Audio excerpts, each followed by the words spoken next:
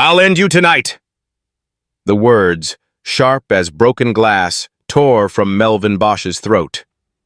They struck Joyce Precious with the force of the high wind screaming across the portside bridge. Melvin's grip, the hand that had held hers in proposal photos, shoved her back. Her spine slammed against the wet, cold metal rail. Her stiletto heel found nothing but slick, perilous concrete. Below her, there was only black air and the vast, hungry sound of the ocean. "Melvin, please stop!"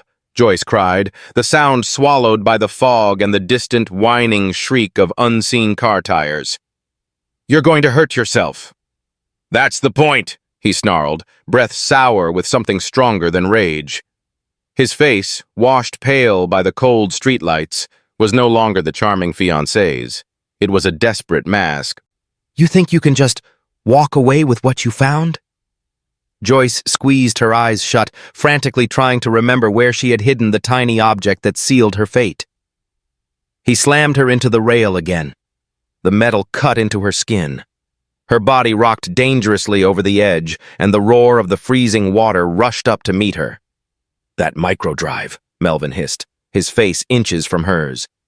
"You leave this city, you leave it with me, and you leave the old city hall plans right here. You leave with me, or you don't leave at all." He reached into his coat pocket, pulling out a small gray object, the remote detonator. "Tell me you don't have it." Tears burned her eyes. "No!" His hand flew, connecting sharply across her cheek. The sickening crack echoed in the dense fog. Pain exploded, leaving her vision flickering white. "Nobody cares," Melvin spat, shaking her until her teeth rattled. "They drive by. They mind their business. You think anyone's stopping for an architectural intern and her crazy fiancé?" But something was happening behind him. A sound that cut through the bridge's empty noise. Footsteps. Not casual, frantic steps, but rhythmic, heavy impacts on the pavement. Slow, steady, and closing fast. Joyce heard them. A drumming cadence of pure, focused momentum. Melvin didn't. Before Melvin could strike again, a massive, tattooed arm hooked around his throat from behind. The grip was instantaneous, silencing his rage mid-sentence and tearing him violently away from Joyce. She stumbled forward, gasping, clinging to the cold rail to keep from falling into the void. Harold Grant, the man running in the absurd Hawaiian shirt, was immense. A shocking, brutal force of nature. He dragged Melvin away from the edge and slammed him into a concrete support pillar. "You like risking collateral damage?" The stranger's voice was a low rumble, utterly devoid of emotion. "Get off me! This is between us!" Melvin clawed uselessly at the forearm. "She doesn't know what she took!" "You're right," Harold said calmly, his eyes, cold and focused, ignoring Melvin's struggle and flicking once, sharply to the necklace charm dangling near Joyce's terrified face. "I don't care what she knows." His fist drove into Melvin's stomach with a sickening thud. Melvin folded. Harold's eyes flicked to Joyce's pale, bruised face. He didn't offer comfort or a coat. He simply stepped closer, his heavy presence replacing the danger of the railing. "Step away from the edge, Precious," he stated. "Where is it?" Harold pins Melvin but ignores Joyce, reaching immediately for the necklace charm. Just as his fingers brush the microdrive hidden underneath, Joyce's mind goes blank, and she reacts instinctively. Harold Grant's face was inches from Joyce's, his body heat a shocking contrast to the bitter bridge wind. His eyes, pale, almost icy blue, weren't assessing her injuries or her terror. They were locked on the thin silver chain at her neck, specifically the small, unassuming charm hanging from it. "Where is it?" he demanded, his voice a low, gravelly sound. It wasn't a question of inquiry. It was a demand for immediate compliance. In that single, agonizing second, the terror that had frozen Joyce shattered, replaced by a cold, hard clarity. This was no heroic stranger. This hulking man in the ridiculous Hawaiian shirt was another predator, maybe worse than Melvin. Harold Grant, the accountant, hadn't run across the bridge to save her. He was running to retrieve his property. The realization hit her like a second, sharper blow. The micro-drive was valuable enough to bring a crime boss out of the shadows. Harold's massive hand, scarred and tattooed, moved with controlled speed toward her throat. He wasn't aiming to choke her, but to tear off the necklace. Instinct, sharpened by betrayal and survival, took over. Joyce's fingers, numb moments before, clawed at the chain. She broke the clasp, the necklace snapping loose. Before Harold could react, before the object of his focus could be secured, she ripped the charm off the chain, raised it to her mouth, and swallowed it whole. The tiny, hard object scraped painfully as it went down, but the defiance felt like a rush of fire. The second plot twist was complete. The victim had consciously complicated the villain's plan. Harold froze. The movement was so abrupt, so total, it was more shocking than any of his earlier violence. The icy blue eyes widened, not in anger, but in a flicker of pure, costly confusion. He roared, a frustrated, controlled sound that wasn't aimed at Joyce, but at the failure of his clean, transactional mission. The precious data was now biological, turning simple retrieval into a life-or-death extraction. Before he could process this monumental shift, the bridge lights intensified violently. From the fog, headlights materialized. Not the distant passing commuter vehicles, but a line of unmarked black SUVs moving with calculated purpose. Tires squealed on the wet asphalt, boxing them in. The sound was deafening. Chief Randall had arrived. The driver's door of the lead SUV opened with a heavy thud. Randall stepped out, a calm, lethal shadow in the harsh light, his attention first falling on the barely conscious Melvin, who was twitching on the pavement. The chief had anticipated Melvin's incompetence and had arrived to clean up his own loose end. Randall slowly raised a pistol, aiming it directly at his defeated asset. His eyes shifted to Harold, then to the girl standing beside him. "You tied up my loose end, Grant," the chief's voice cut through the wind. "Now drop the girl." Harold Grant, the legendary accountant, was caught between a dying asset, a hostile, powerful enemy, and a crucial piece of data lodged inside the only person who could deliver it. Can Harold talk his way out of the chief's trap? "You tied up my loose end, Grant. Now drop the girl." The air on the portside bridge was thick with the threat of lead. Chief Randall stood motionless, the pistol a dark extension of his arm, aimed precisely at Melvin Bosch's crumpled figure. Randall had come prepared not for negotiation, but for execution. Harold Grant did not drop Joyce. He stepped back, maneuvering his immense frame to fully block Randall's view of her, making the man in the garish shirt a human shield for the living piece of evidence behind him. With one fluid motion, Harold snatched the barely conscious Melvin Bosch from the pavement. Melvin was limp, his face a mask of blood and defeat, but Harold held him upright by the collar of his coat, presenting him as a grim, last-minute asset. "You've got the chronology wrong, Chief." Harold's voice was steady, the ultimate contrast to the chaos he created. "This isn't a drop, it's an acquisition." Randall's jaw tightened. "The microdrive. The necklace."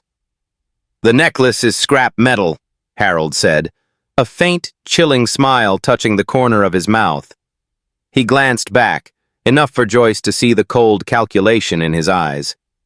"She swallowed it, Randall. Every last byte of data that ties you, Melvin, and your entire embezzlement history to the old City Hall plot. It's bio-secured." Joyce felt a surge of dizzying terror. She wasn't just a victim anymore. She was a container, a walking ledger of corruption caught between two financial warlords. Her fate was now dictated by the value of the digital information currently in her digestive tract.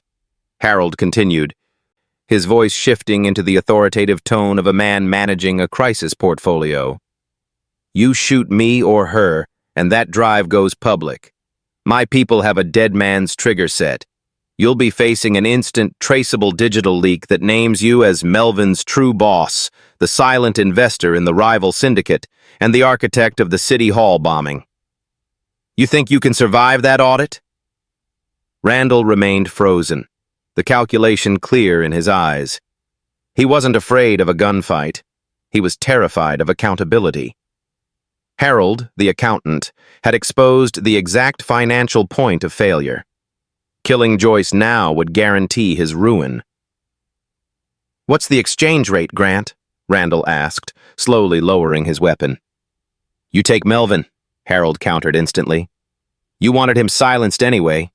He's damaged goods, but I'll grant you the satisfaction of tying up that specific loose end yourself."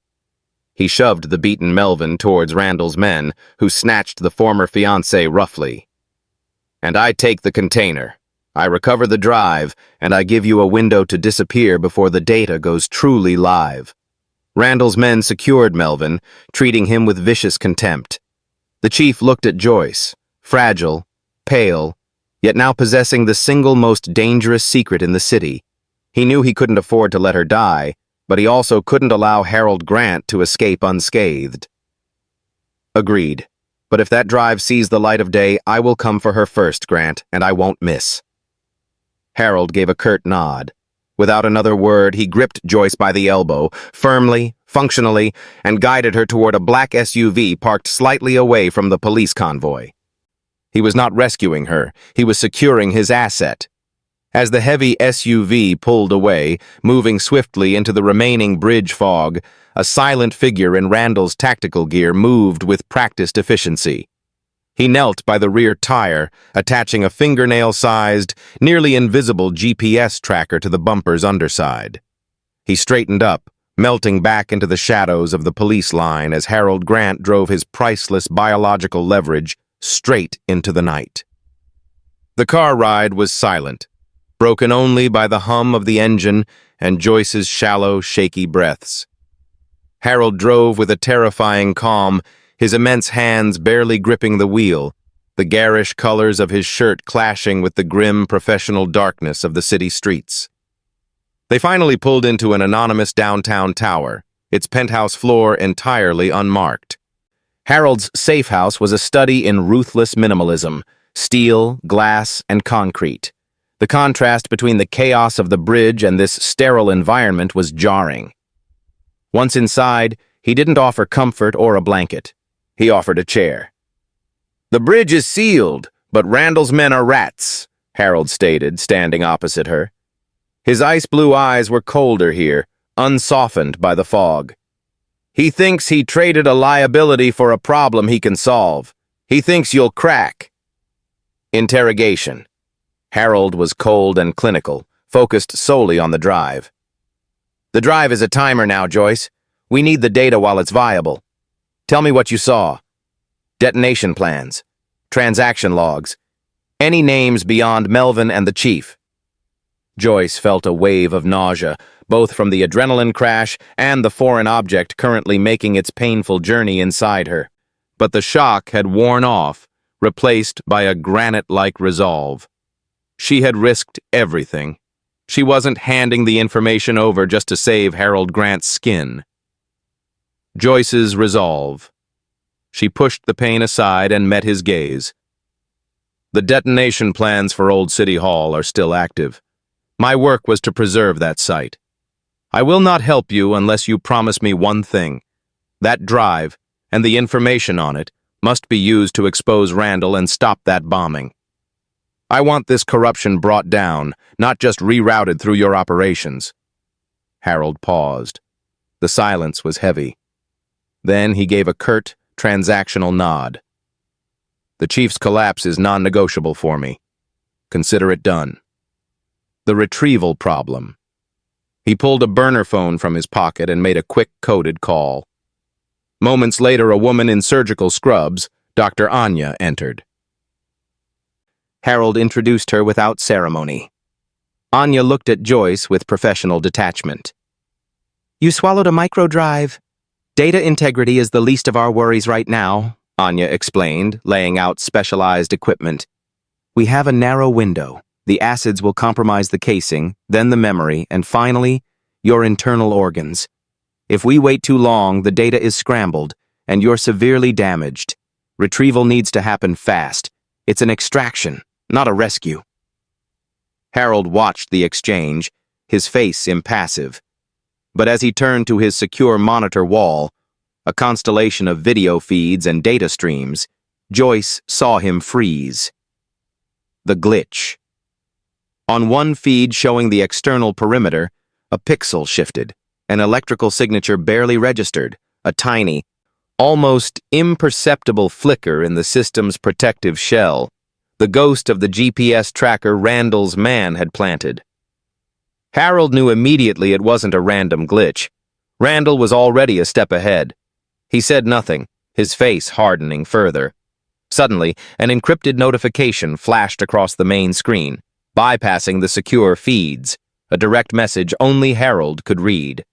Harold's shoulders dropped fractionally, a small movement that spoke volumes. He looked at Joyce, his eyes now holding a dangerous mixture of urgency and professional dread.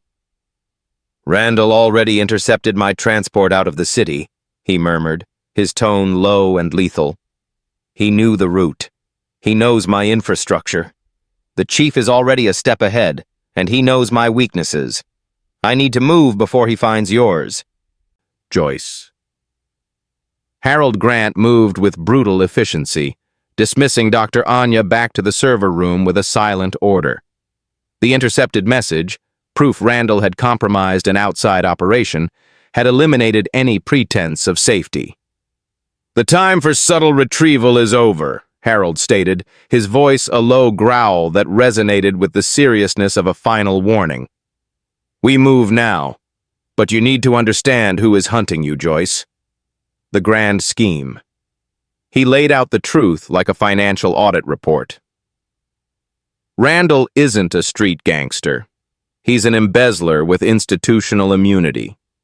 The City Hall detonation was never about building something new. It was about destroying the old accounting records before the city's federal audit came due. The microdrive exposes decades of graft. He leaned closer, the smell of gunpowder faintly clinging to his Hawaiian shirt. But Randall's motives run deeper. He's secretly financing and arming my rival, a petty warlord known as the Apex. The bombing was the cover for his financial collapse, allowing Randall to seize my assets without a trace. You weren't a political target, Joyce. You were the architect who happened to stand next to the fuse. The chilling reality of being a pawn in a billion-dollar financial war settled over Joyce.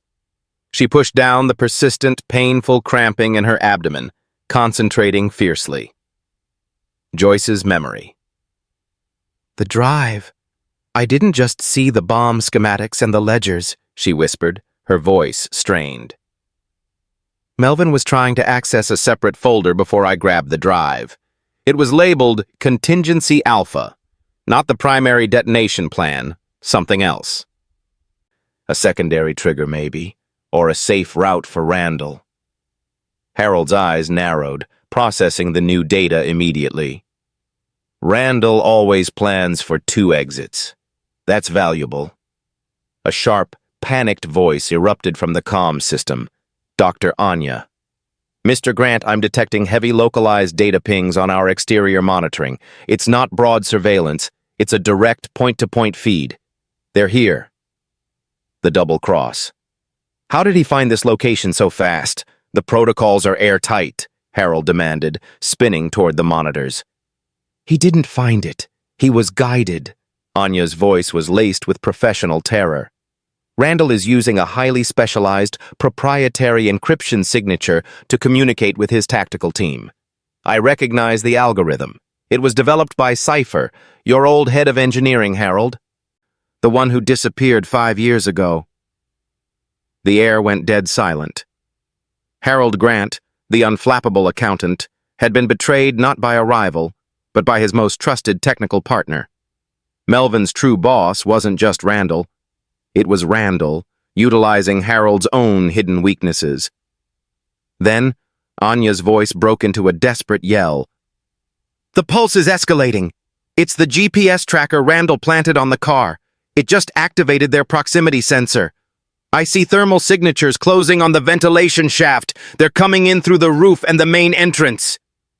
The window of safety had violently slammed shut. The police are outside the door. The perimeter alarm was a silent crimson flash on the monitor, but the ensuing noise was deafening. Explosive charges blew out the reinforced service entrance and the penthouse windows simultaneously. The sterile, minimalist safe house was instantly filled with smoke, shattered glass, and the silhouettes of Randall's tactical unit moving with practiced, brutal speed. Harold Grant didn't panic. The cumbersome Hawaiian shirt belied a coiled, frightening energy. He slammed the mahogany table on its side, creating a temporary, inadequate barricade. He didn't draw a pistol. He snatched a chrome sculpture from a shelf and hurled it with calculated force. It struck the lead officer's helmet, buying them 3 seconds. Harold wasn't engaging in a shootout. He was using the environment to create delays. He was deadly and precise, navigating the breach with the calm of a man calculating amortization rates. The server room is a dead end. Too many choke points, Harold barked over the gunfire, grabbing Joyce's arm. Where is the maintenance shaft? The sheer panic melted away as Joyce's professional training kicked in. She was an architect, not a soldier, but she knew the blueprints of high-rises better than anyone. The service corridor next to the main utilities core. It leads to the basement freight elevator. Follow me. She guided him past a hail of suppression fire and through a door disguised as a ventilation panel. They were moving through the guts of the building. Cramped, dark tunnels smelling of ozone and dust. Joyce's knowledge was their lifeline, a testament to her unique value. A burst of fire raked the corridor behind them. Harold yanked Joyce to the side, his body absorbing the impact as concrete shards peppered the air. He winced, a brief, sharp intake of breath. A bullet had grazed the fleshy part of his left arm. Keep moving, he commanded, blood immediately soaking the vibrant fabric of his sleeve. He was shielding her, not out of affection, but because she was the indispensable container. Yet, seeing the sheer effort, the willingness to take the hit for the data she carried, Joyce's internal conflict deepened. He was a ruthless criminal, but his objective necessity was the only thing standing between her and death. As they reached the service stairs, Harold tapped his earpiece, accessing a sweeping frequency. He paused, listening to the static-laced comms of Randall's tactical team. A familiar, cold voice cut through the noise. Chief Randall. Give me an update on Bosch. I'm tired of waiting for the drive, and he's outlived his utility. Dispose of the liability. Harold's expression didn't change, but the muscle in his jaw jumped. Melvin Bosch, the jealous fiancé, was now nothing more than an inconvenient accounting entry about to be permanently scrubbed. They scrambled down dozens of flights, finally emerging into the echoing darkness of the subterranean maintenance garage.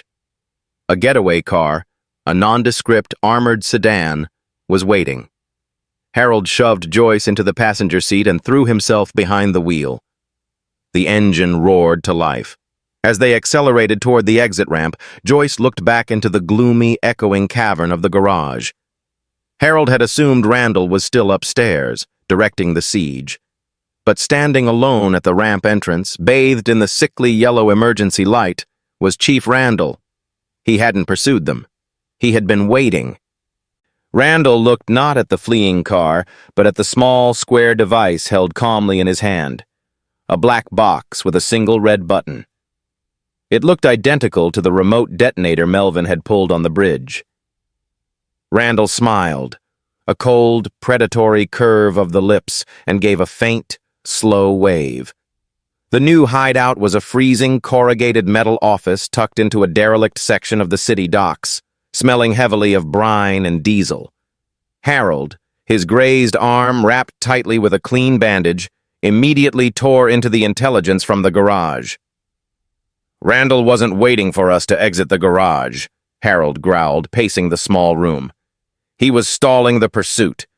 The remote he held was the detonator for the City Hall project. It wasn't a threat. It was a distraction to make us run deeper into the city while his men secured the perimeter. He intended to let us escape so he could track us for an easier, less public retrieval. He doesn't want an audit. He wants an execution with no witnesses. The accountant, however, saw opportunity in the deception. Randall's impatience, wanting to dispose of the liability, Melvin, was the key. Melvin, the useless asset, became the final leverage. We forced the exchange, but on my terms in the most visible location possible, Harold decided, pulling out a hardened satellite phone. We use his weakness to expose his strength. The trade terms. Harold sent a series of encrypted messages directly to Randall's personal channel. His demands were immediate and public, a high-stakes meeting at a location of Harold's choosing. "I'm offering you a documented truce, Chief," Harold dictated, his voice cold and commanding. "Joyce's safety for Melvin's life. You return Melvin alive, and I'll give you back the data, encrypted, safe, and still offline. I require a documented confession of your rival financing activities to ensure you honor your end." Harold knew Randall wouldn't agree to the confession, but the offer forced Randall to engage directly. Joyce leaned against a stack of rusty oil drums, struggling to manage the escalating pain in her abdomen. The micro-drive was moving. "I need to stop moving," she whispered, her face slick with cold sweat. "It's getting worse. But no doctors. Not yet." She clenched her jaw. "Melvin, he was a monster, but he deserves justice, not being disposed of like trash. Promise me he faces the law, even if it's your version of law, Harold, not Randall's bullet." Harold looked at her, seeing not the victim, but the architectural intern who swallowed a piece of a global crime syndicate. "He'll get the accounting he earned," he promised. The promise seemed to loosen something fragile in her resolve.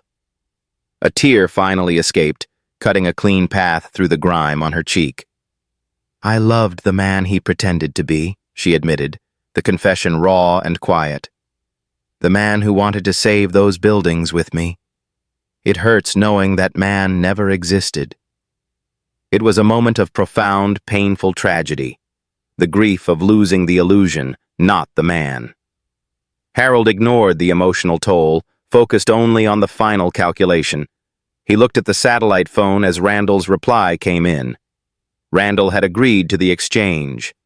Harold smiled, a cold, humorless expression. He keyed in the response, defining the meeting point. "The chief wants to destroy the past. We'll meet him on the future," Harold stated, turning to Joyce. "We're going to the top of the new City Hall tower." The structure was incomplete.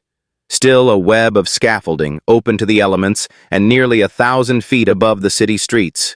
The very structure Randall planned to replace the old one with. The stakes were now visible to the entire city. The final confrontation is set on the tallest building in the city. The new City Hall tower was a skeleton of cold ambition, its unfinished summit clawing at the dawn sky. Harold and Joyce climbed, not by elegant elevators, but by the rough, rickety construction elevator and precarious scaffolding. Every upward lurch was agony for Joyce.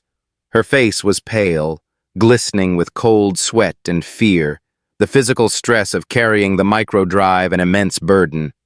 Harold, moving with the heavy grace of a gorilla, kept a hand on her back, monitoring her breathing. He was guarding the data, but in doing so he was obligated to keep her alive. They reached the open, wind-whipped rooftop. The city lay spread beneath them, silent and unaware of the transaction about to occur on its highest point. Chief Randall was already there, positioned next to a large, tarp-covered ventilation unit. He wasn't alone. 4 members of his elite squad, silent, masked, and heavily armed, formed a tight perimeter. They looked like professional predators. Between them, kneeling and shivering, was Melvin Bosch, recognizable only by his dark coat. He was beaten, demoralized, and barely conscious, the embodiment of a liability about to be resolved. Randall smiled, a cold, empty expression. The accountant comes prepared. You brought the package, Grant? The confession. Harold ignored the man. He pushed Joyce behind a stack of materials, a non-verbal instruction to stay put. I brought the exchange rate, Chief, Harold countered. He didn't produce the microdrive. Instead, he reached into his jacket pocket and pulled out a small, boxy piece of electronic equipment he had retrieved from the safe house. The microdrive reader, designed by his old partner, Cypher.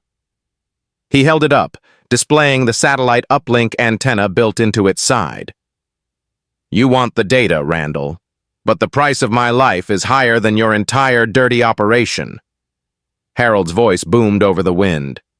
I offer you the data in a controlled manner.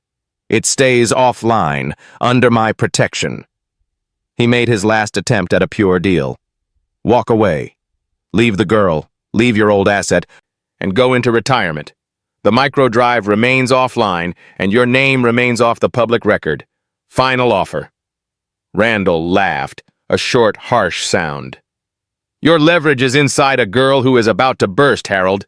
You're desperate. Shoot them. The squad immediately raised their weapons. Harold didn't hesitate.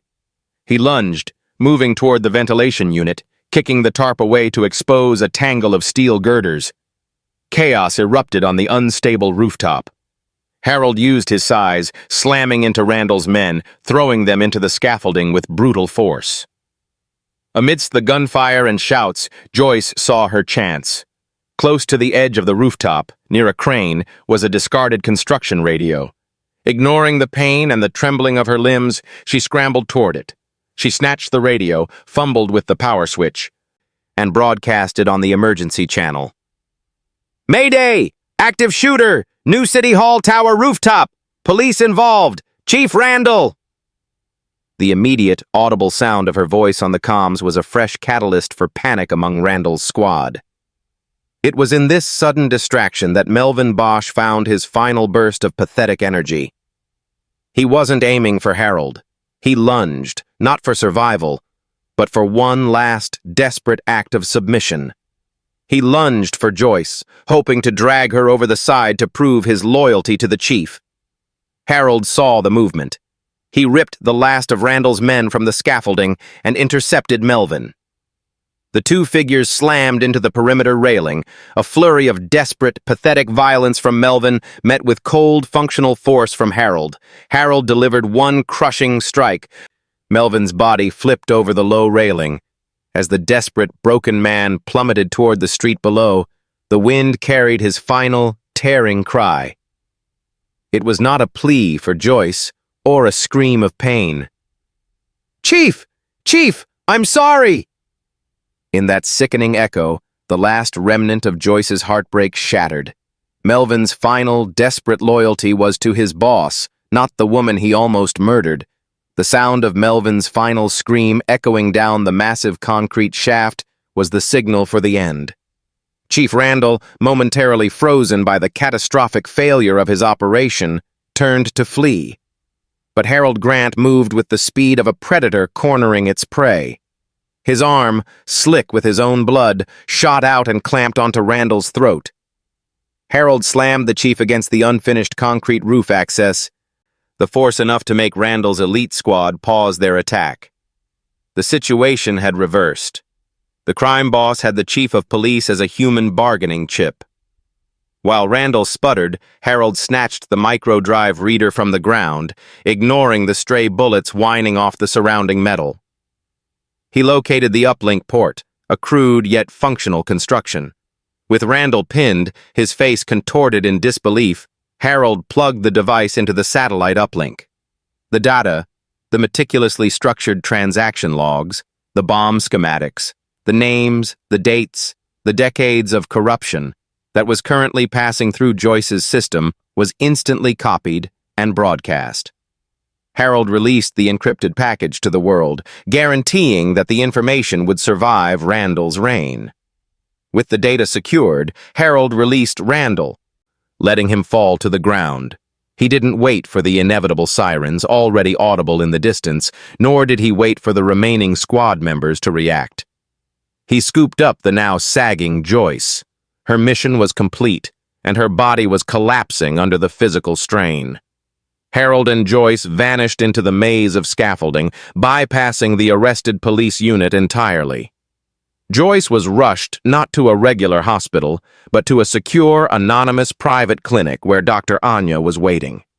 The retrieval procedure was quick, efficient, and successful. The microdrive, slightly degraded but still intact, was safe. By mid-morning, the city was in chaos. The anonymous emergency broadcast and the released data had triggered a chain reaction. Chief Randall was arrested on the rooftop, his squad disarmed, and the City Hall bombing plot was neutralized. Harold Grant, the accountant, vanished from the scene, his role as the hero of the day being the nameless, hulking figure who had subdued the chief and exposed the truth. 2 days later, Joyce woke up in a pristine, secured hospital room. She was weak, but the debilitating pain was gone. Her body was a survivor's body. Harold was waiting by the window, the Hawaiian shirt replaced by a simple, dark cashmere sweater, a uniform of quiet, lethal wealth. The dynamic had fundamentally changed. Joyce was no longer a victim. She was a survivor with first-hand knowledge and deep shared secrets. Harold was no longer her savior or captor. He was obligated to her. He presented her future options with the same cold, calculated clarity he used to structure his financial trades. Randall is finished, but his syndicate has tendrils in every old structure in this city. You've earned a clean slate, Joyce. He looked at her, his eyes unreadable. Option 1. Witness protection. A new life, a new name, a guaranteed, quiet obscurity. He paused, then offered the second path. Option 2. The accounting. You are the only person who saw the full breadth of Randall's schemes, including the contingency alpha. You know where the hidden blueprints and the weak structural points are. You can use your intelligence to help me clean up the rest of his rot. You would be protected, powerful, and forever tied to my world. Joyce looked at the man who saved her life only to protect his assets. She looked down at her hands, the same hands that had been powerless against her fiancé, but had ultimately torn off the necklace and swallowed the key to the city's destruction. The fear was finally gone. In its place was resolve. Joyce smiled slightly, a small, weary, but entirely genuine smile. She held out her hand, not seeking comfort, but offering a commitment. I know where all the hidden blueprints are, Mr. Grant. Let's make an accounting. Thank you for watching to the end. I believe you enjoyed it. We have a lot of other interesting stories like this lined up for you already, so click the image showing on your screen to watch the next. Don't forget to subscribe.